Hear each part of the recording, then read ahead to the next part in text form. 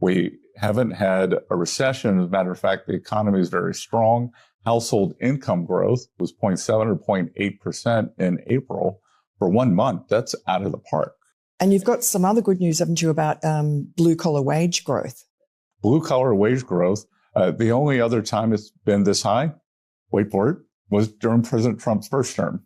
So we've seen real wages for hourly workers, non-supervisory workers, rise almost 2% in the first 5 months. Why is that? No president has done that before. And why is that? It's the president's emphasis on manufacturing. I think there's also likely a component of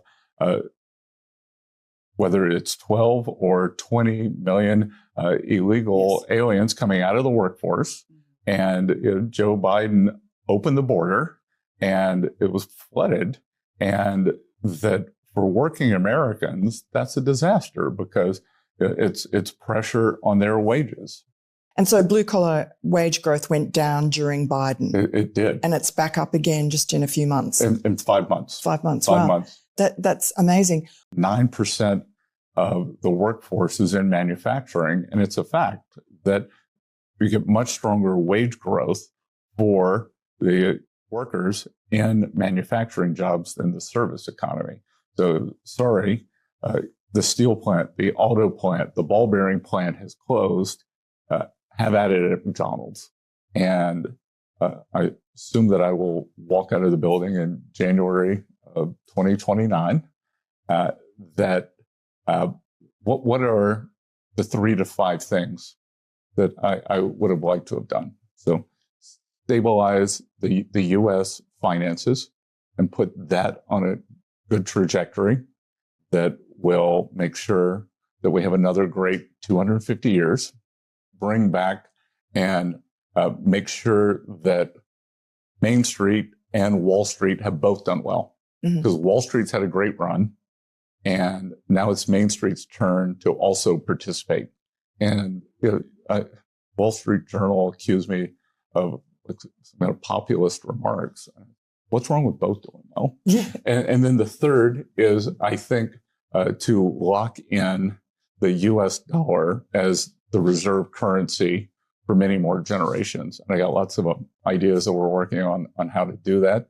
I think that a lot of Democrats are in favor of tariffs, but now that President Trump is leading the charge, they can't be.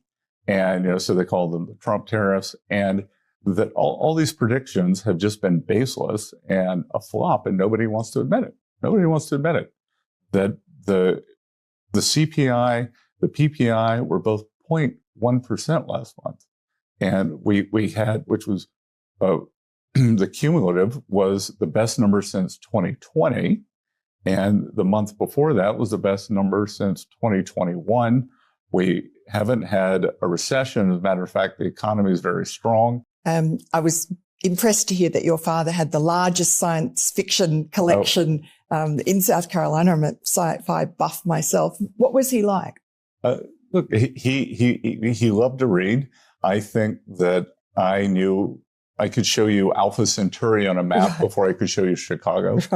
And he'd sit and we'd talk, look at the stars. We'd talk about who was out there, when we were going to be able to go out there. One of my childhood memories is being woken up and to watch Neil Armstrong walk on the moon. Yeah, and so he was a great dreamer. He was a great dreamer. Not always a great executor. Yes, so he went broke, didn't he? Twice, right. And what impact did that have on you? I think you said watching the family home that's been in the family for generations get sold off. Well, that or watching the family belongings get carried out, things like that. And how old were you? First time 9, right? 8, 9. Right. So I got my first job when I was 9. Right. So because of that. I didn't want to be a victim, and it was okay. You can do one or two things. You could just sit around and wring your hands, or you can go out, take control of your own life, which I did at age 9. What did you do? I had 2 jobs actually. One, I worked on the beach putting out umbrellas and chairs because, as a lifeguard, you're supposed to do like the one thing, not get your hair wet. Right. And so I did that. And then I also worked in a restaurant bussing tables. Wow. But I think that's why I am so focused on the debt here and having responsible finances, because that's one of the things that I always did for me, having that experience early on. Because I can tell you, our family had been one of the first arrivals in South Carolina.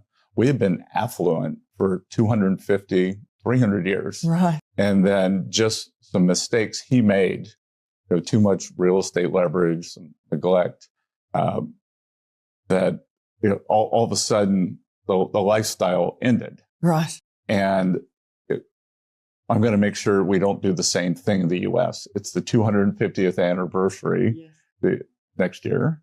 And we are not going to make the same mistakes my family did.